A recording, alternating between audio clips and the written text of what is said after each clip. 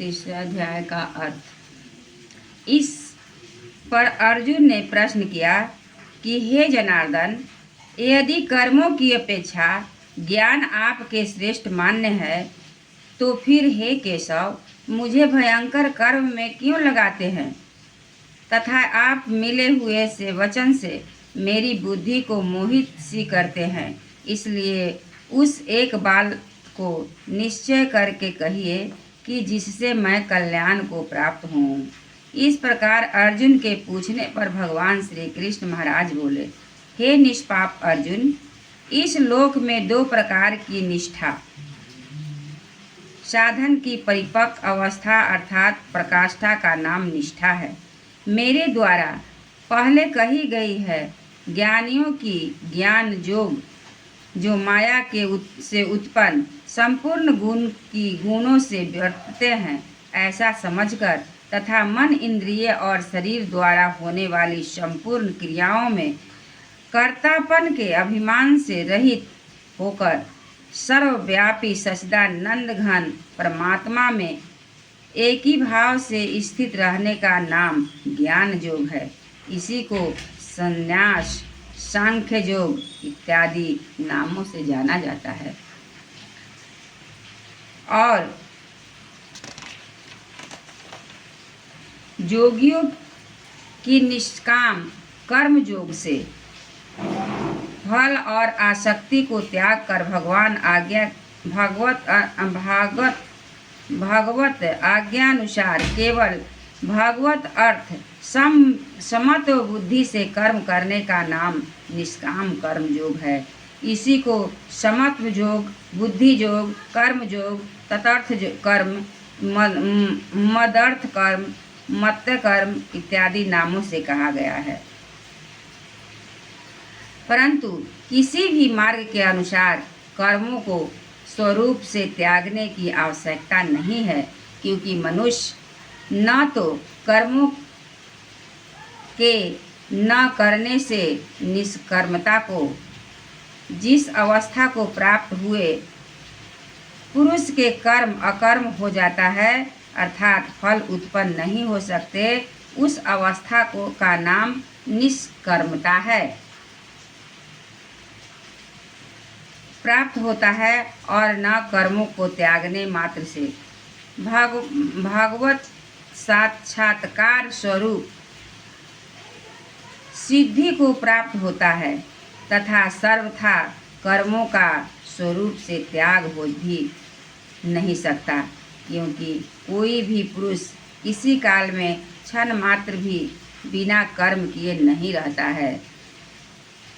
निसंदेह सभी पुरुष प्रकृति से उत्पन्न हुए गुणों द्वारा परवश हुए कर्म करते हैं। इसलिए जो मूढ़ बुद्धि पुरुष कर्मेंद्रियों को हठ से रोककर इंद्रियों के भोगों को मन से चिंतन करता रहता है, वह मिथ्याचारी अर्थात दंभी कहा जाता है। और हे अर्जुन, जो पुरुष मन से इंद्रियों को वश में करके अनासक्त हुआ कर्मेंद्रियों से कर्म योग का आचरण करता है वह श्रेष्ठ है। इसलिए तू शास्त्र विधि से नियत किए हुए स्वधर्म रूप कर्म को कर, क्योंकि कर्म न करने की अपेक्षा कर्म करना श्रेष्ठ है तथा कर्म न करने से तेरा शरीर निर्वाह भी नहीं सिद्ध होगा। हे अर्जुन, बंधन के भय से भी कर्मों का त्याग करना योग्य नहीं है, क्योंकि यज्ञ अर्थात विष्णु के निमित्त किए हुए कर्म के सिवा अन्य कर्म में लगा हुआ ही यह मनुष्य कर्मों द्वारा बंधता है। इसलिए हे अर्जुन, आसक्ति से रहित हुआ उस परमेश्वर के निमित्त कर्म का भली प्रकार आचरण कर। कर्म न करने से तू पाप को ही प्राप्त होगा, क्योंकि प्रजापति ब्रह्मा ने कल्प के आदि में यज्ञ रहित प्रजा को रचकर कहा कि इस यज्ञ द्वारा तुम लोग बुद्धि को प्राप्त हो और यह यज्ञ तुम लोगों को इच्छित कामनाओं के देने वाला होए, तथा तुम लोग इस यज्ञ द्वारा देवताओं की उन्नति करो और वे देवता लोग तुम लोगों की उन्नति करें। इस प्रकार आपस में कर्तव्य समझकर उन्नति करते हुए परम कल्याण को प्राप्त होएगा तथा यज्ञ द्वारा बढ़ाए हुए देवता लोग तुम्हारे लिए बिना मांगे ही प्रिय भोगों को देंगे।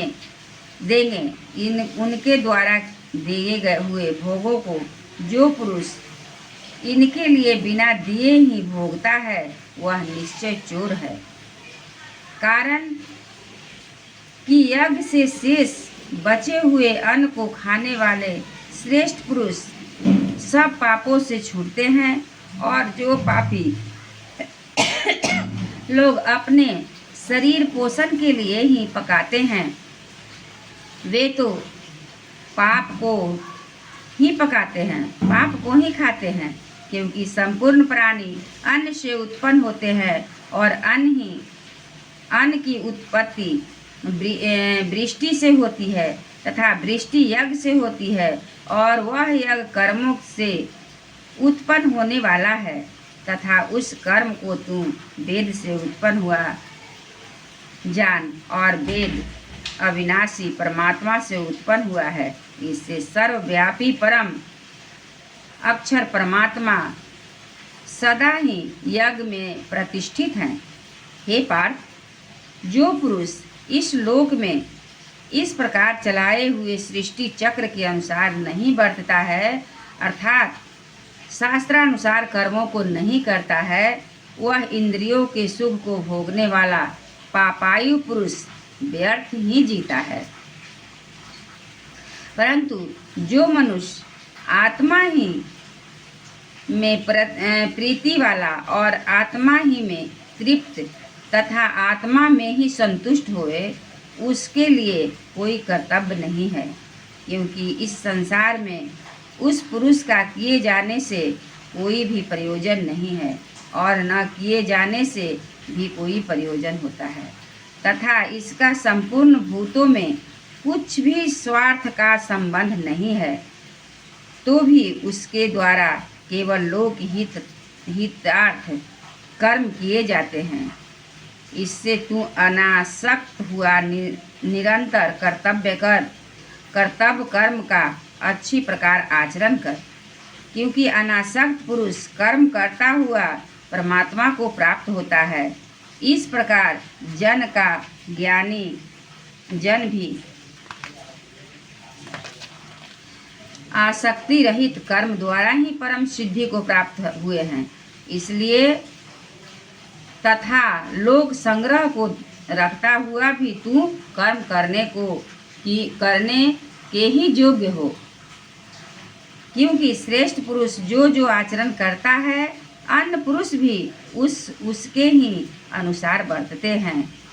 वह पुरुष जो कुछ प्रमाण कर देता है लोग भी उसी के अनुसार बरतते हैं।